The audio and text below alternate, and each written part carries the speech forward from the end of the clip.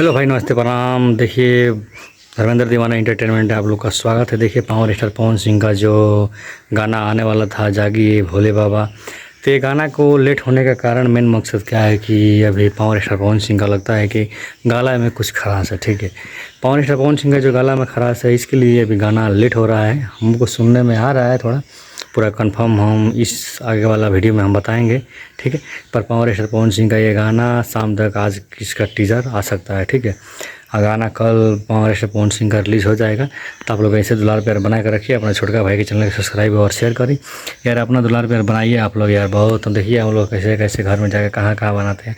इससे भी आप लोग दुलार प्यार बनाइए और पूरा वीडियो देखिए, तो अच्छा थोड़ा ओरिजिनल मतलब अच्छा बनेगा और अच्छा जगह पर वीडियो बनाया जाएगा। ठीक है, तो आप लोग दुलार प्यार अपना बनाइए। और पावर स्टार पवन सिंह का गाना जागिए बाबा बहुत जल्द आप लोग के बीच में आएगा।